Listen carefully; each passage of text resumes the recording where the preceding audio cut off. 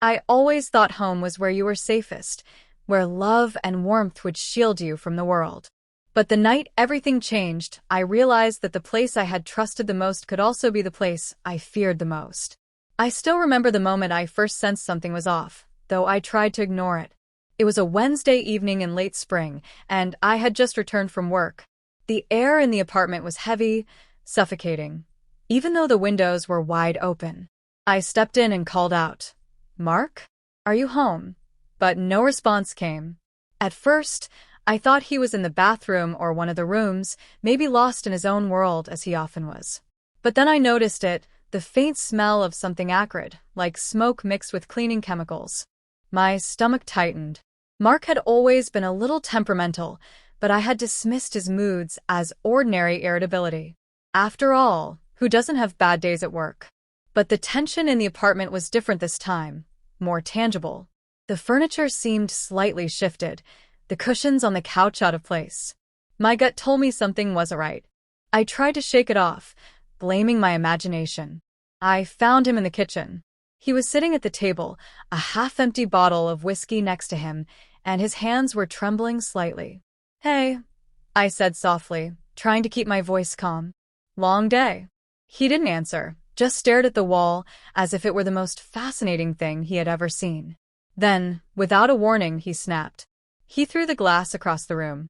It shattered against the wall, and shards scattered across the floor. My heart raced, and I took a cautious step back. "I ask you a question," he barked, his voice sharp enough to cut through my chest. I swallowed hard. I said, "Long day. Do you want to talk about it?" He laughed, but it wasn't a laugh anyone should ever hear. It was hollow, almost monstrous. "Talk. You think talking will change anything?" I froze. I had never seen him like this before. It was like someone else had taken over his body, someone I didn't recognize. I wanted to leave, to escape the apartment, but every instinct in me told me to stay. Maybe if I stayed calm, maybe if I appeased him, he wouldn't hurt me. Days like that started to repeat. Every argument escalated more than it should. He would break things, slam doors, or throw objects across the room. I would sit on the edge of the bed, pretending to read, trying to make myself invisible. I stopped calling friends over. I stopped answering my phone when he was home. I learned to tiptoe around him, anticipating moods and reactions, living in constant uncertainty. I remember one evening in particular. I had just come home from a late shift at the hospital. I was exhausted, aching to relax, maybe take a warm bath. I put my bag down and walked toward the bathroom, only to hear a loud slam from the living room. My hands shook as I approached the doorway. There, I found him standing in front of the window, fists clenched, staring out at the street like he was searching for someone, or maybe blaming the world. "Did you touch my things?" he demanded suddenly, spinning around to face me. I didn't," I whispered. "Don't lie to me." His voice thundered. I could feel the vibrations through the floor. It was then I realized something terrifying. My home, the place I had always considered my sanctuary, had become a battlefield. Every corner, every shadow seemed to hide potential danger. I couldn't relax, couldn't sleep, couldn't feel safe. I started to notice the small signs that I had ignored before. Marks on the wall where objects had been thrown, dents in the furniture, broken dishes neatly swept into corners. I began documenting everything secretly, taking photos on my phone, jotting down incidents in a small notebook I hid under the mattress. I convinced myself that someday I might need proof, not just for the world, but to remind myself that I wasn't imagining things. It wasn't just the physical danger. The psychological toll was relentless. He would switch between charm and cruelty, keeping me off balance. Some nights he would be affectionate, almost apologetic, whispering sweet things, and the next morning he would accuse me of betrayal for the smallest imagined slight. I started questioning my own reality, doubting whether I had done something wrong, though I knew deep down I hadn't. The breaking point came one Saturday afternoon. I had decided to take a long walk to clear my head. When I returned, I found him waiting in the hallway. His eyes were dark, his face unreadable. "You think you can leave me?" he hissed. Before I could respond, he grabbed my arm. The grip was strong, almost crushing. I yanked free, my heart hammering in my chest, and ran into the living room. I realized then that I couldn't hide from him. The apartment itself had become a trap. Every door, every wall, every lock reminded me that I was not safe, even here, where I should have been protected. That night, I stayed in the bathroom with the door locked, my phone pressed against my chest, heart pounding with every creak and whisper of movement in the apartment. I didn't sleep. I couldn't. Over the following weeks, I started making small plans. I researched shelters, legal advice, and emergency contacts. I practiced what I would say if I needed to leave quickly. I became hyper-aware of his habits, noting the times when he would go out, when he would nap, when the neighbors were likely to be around. Every step was calculated, every word measured. Fear became a constant companion, shadowing me through every task, every conversation. Mark, of course, continued his cycle of intimidation and temporary calm. He would smile, pretending nothing had happened, while I forced a laugh and nodded. The juxtaposition of his charm and his cruelty made it impossible to predict what would come next. The unpredictability was the worst part, knowing that at any moment, the place that should have been my refuge could turn against me. Friends and family noticed my withdrawal. Calls went unanswered. Visits declined. I couldn't explain why I was distant. How could I tell them that the very place I lived in had become unsafe? Even if I wanted to leave, the logistics seemed impossible. How do you leave when you don't even feel safe enough to step outside? Then came the day when he crossed a line I couldn't tolerate. I had returned home to find him drinking heavily. I tried to avoid confrontation, walking past him to put my coat down. But he caught my sleeve and spun me around. "You're mine," he said, voice low and threatening. "Don't forget it." In that moment, clarity struck. This wasn't a fight that could be negotiated. This wasn't an argument that could be settled. My home, the place I thought was sanctuary, had turned into a cage. And if I didn't find a way out, it could become something far worse. I began to make serious preparations. I packed a small bag with essentials, kept it hidden in a closet I rarely used. I memorized the quickest routes out of the apartment and to the nearest shelter. I found a neighbor I could trust and confided enough to ask for help in an emergency. Fear still clung to me, but fear had become a tool, keeping me vigilant, keeping me alive. One night, I heard him coming up the stairs before he even reached my apartment. I had my bag ready. My heart raced, every sound magnified. He banged on the door, demanding entry, but I ignored it. I waited until he went to bed, then quietly slipped out the apartment, locking the door behind me. For the first time in months, the air felt free. The city noises didn't feel threatening. They felt like life itself welcoming me back. Walking away, I realized that safety isn't always about walls or locks. Sometimes, it's about knowing when to leave, when to protect yourself, and when to refuse to be trapped by someone else's control. I had spent too long thinking home was defined by location, by familiarity, by ownership. I learned, painfully, that home is defined by security, by peace, by the freedom to breathe without fear. Even now, I carry the scars of that time, some visible, most not. I sometimes wake up startled, expecting danger where there is none. But each day I stay out, I reclaim a piece of what was stolen.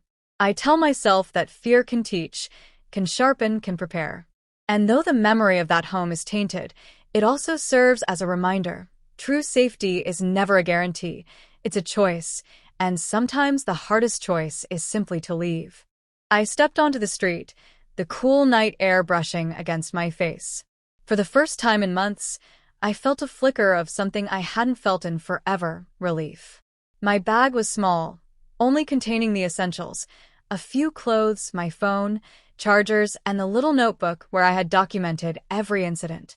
I didn't look back, didn't allow myself a final glance at the apartment that had become a prison. Every step away felt like reclaiming a piece of myself. Every block I crossed a small victory over the fear that had shadowed my days and nights. The city was alive with movement, and for a while, I let it swallow me.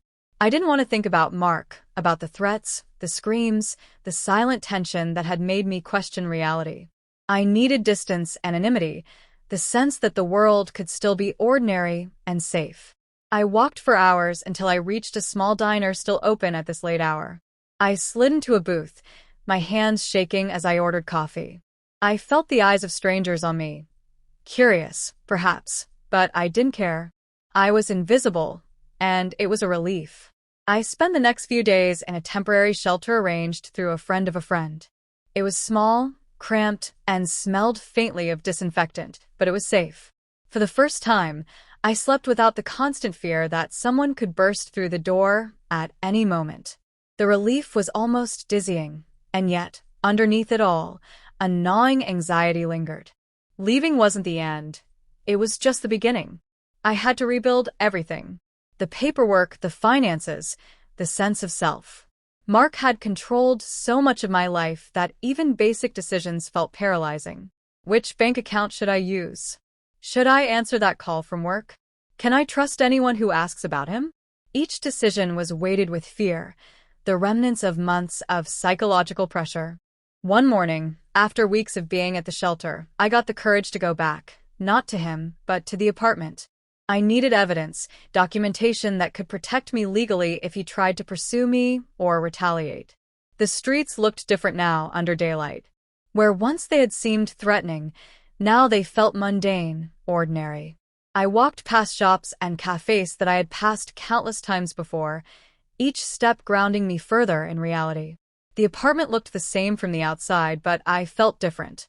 I entered cautiously, armed with my camera and notebook. Nothing had changed physically, but the weight of memories pressed down on me. Broken dishes, dents, marks. They were all there, silent witnesses to what I had endured. I took photos, cataloged everything, and felt a strange sense of empowerment.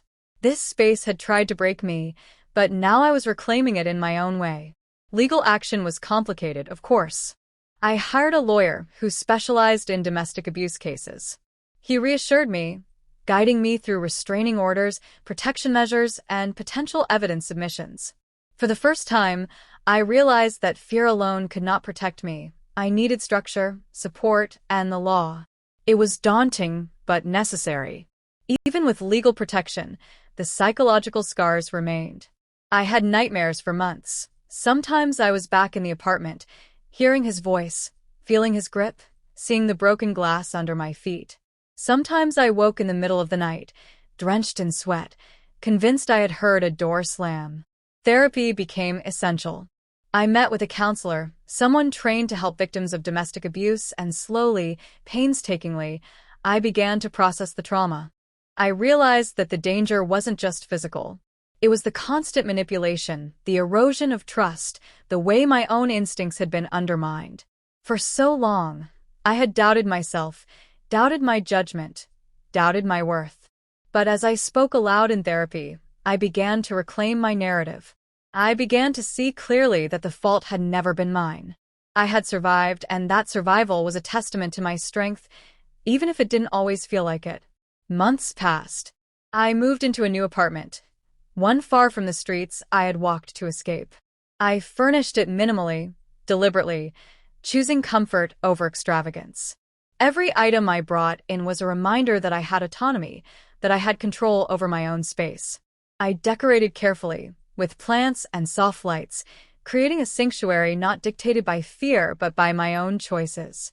I also started reconnecting with friends and family. Rebuilding those relationships was challenging. I had isolated myself so completely during Mark's control that trust was fragile.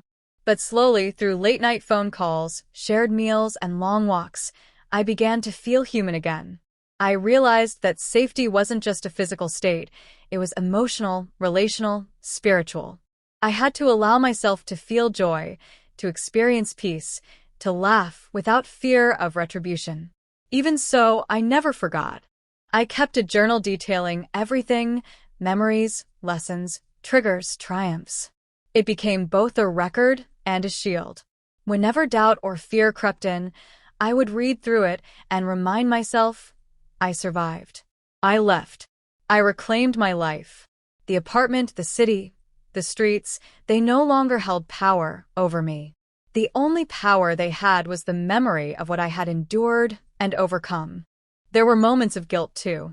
Guilt for leaving, guilt for surviving, guilt for the moments I had to prioritize myself over someone else's chaos. Therapy helped me see that guilt was natural, but it was not deserved. What I had endured was abuse, not failure.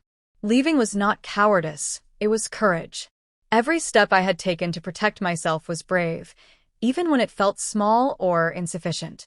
I found new routines, new habits. Mornings began with long walks, coffee in hand, breathing deeply, feeling the sun on my skin. I joined a small gym, finding physical strength and release. I explored hobbies I had neglected for years: painting, photography, writing, all avenues to reclaim joy and creativity that had been stifled under fear. Eventually, I even dared to form new connections.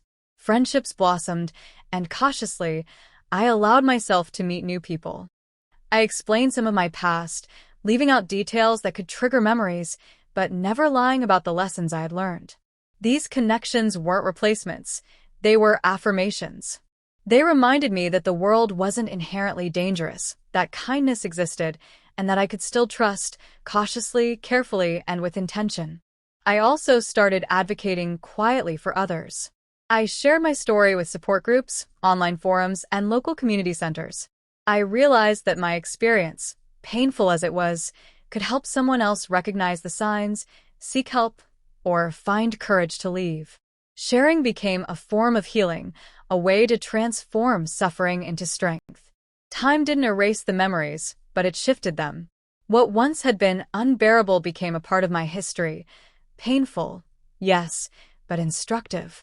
I understood now that home wasn't a place defined by walls or doors. Home was safety, and safety was something I could create wherever I went, through boundaries, choices, and self-respect. On certain nights, I still feel the shadows of the past. A sudden noise can make me flinch. A raised voice can send adrenaline coursing through my veins. But I've learned to pause, to breathe, to remind myself that I am no longer in that apartment, no longer in that cage. The fear belongs to the past, not the present. I've come to understand that abuse is not always loud or visible. Sometimes it's subtle, hidden behind charm or love, and it creeps into your life slowly until the walls themselves feel threatening. And the hardest part of escaping it isn't just leaving physically, it's reclaiming your mind, your confidence, your sense of self. Today, when I think of Mark, I feel a mixture of sadness and relief. Sadness for what I endured, for the time and energy stolen, for the nights of terror. Relief because I survived, because I acted, because I chose life over fear.